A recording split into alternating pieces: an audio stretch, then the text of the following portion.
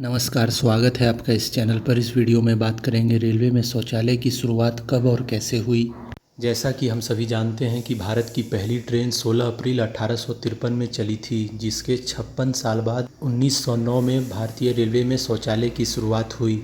और इसके पीछे एक बहुत ही दिलचस्प घटना घटी, और वो घटना यह थी कि एक अखिल चंद्र सेन नामक यात्री ट्रेन में यात्रा कर रहे थे और यात्रा के दौरान उन्हें शौच लगा, जिसके बाद उन्होंने ट्रेन के रुकने का इंतज़ार किया।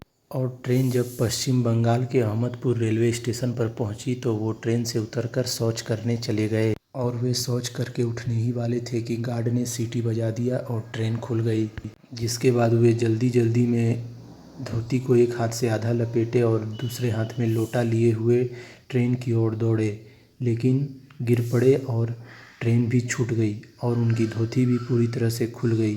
जिसके बाद प्लेटफॉर्म पर खड़े सभी लोग उन्हें देखकर हंसने लगे, जिसके कारण वे बहुत ही शर्मिंदा हुए। जिसके बाद उन्होंने साहिबगंज रेल डिवीज़न ऑफिस को पत्र लिखा, जिसमें उन्होंने इस घटना का जिक्र किया और रेलवे गार्ड के खिलाफ शिकायत करते हुए भारी जुर्माना लगाने का आग्रह किया, और साथ में यह भी कहा कि अगर ऐसा नहीं किया गया तो इस घटना को न्यूज़पेपर में डलवा दूंगा। जिसके बाद रेलवे ने इस घटना पर ध्यान देते हुए धीरे धीरे ट्रेनों में शौचालय बनवाने का काम शुरू किया।